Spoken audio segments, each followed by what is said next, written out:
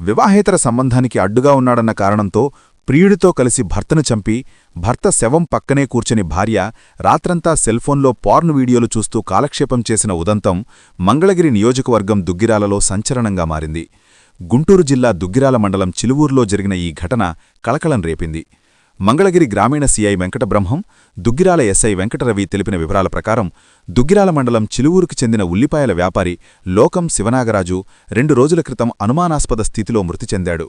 ఆయనకు లక్ష్మీమాధురితో 2007 సంవత్సరంలో వివాహమైంది. వీరికి 2 మగపిల్లలు.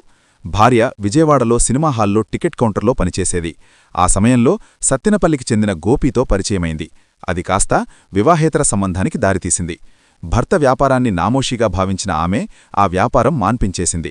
గోపి హైదరాబాదులో కారు ట్రావెల్స్ నిర్వహిస్తుండడంతో అక్కడికి ఉద్యోగానికి పంపింది.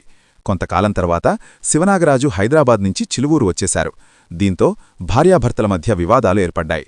శివనాగరాజు ఎక్కువగా ఇంటివద్ద నుంచే వ్యాపారం చేస్తుండడంతో ప్రియుడితో సంబంధానికి అడ్డుగా మారింది.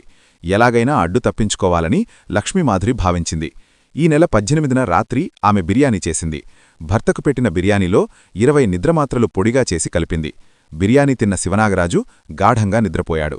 రాత్రి 11:30 గంటల సమయంలో ఆమె ఇంటిలోకి ప్రియుడు వచ్చి గాఢనిద్రలో ఉన్న శివనాగరాజు ఛాతిపై గోపి కూర్చోగా మాధురి దిండుతో ముక్కుపై అదిమి నొక్కిపట్టింది. శివనాగరాజు మృతి చెందాడని నిర్ధారించుకున్నాక గోపి వెళ్ళిపోయాడు. అయితే భర్త శవాన్ని ఇంట్లోనే ఉంచుకుని ఆ రాత్రంతా మాధురి పార్న్ వీడియోలు చూస్తూ గడిపింది.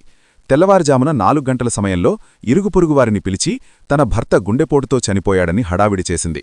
భార్యాభర్తల మధ్య విభేదాలు, ఆమె వివాహేతర సంబంధం గురించి తెలిసిన ఇరుగుపొరుగువారు అనుమానించారు. అయితే మృతదేహాన్ని అంత్యక్రియలకు తరలిస్తున్న సమయంలో శివనాగరాజు స్నేహితులు అతని చెవిలోనుంచి రక్తం రావడం, చెవివద్ద గాయం కనిపించడంతో అనుమానం వచ్చి శివనాగరాజు తండ్రితో పోలీసులకు ఫిర్యాదు చేయించారు. దుగ్గిరాల ఎస్ఐ వెంకటరవి కేసు నమోదు చేసి మృతదేహాన్ని పోస్టుమార్టంకు పంపారు.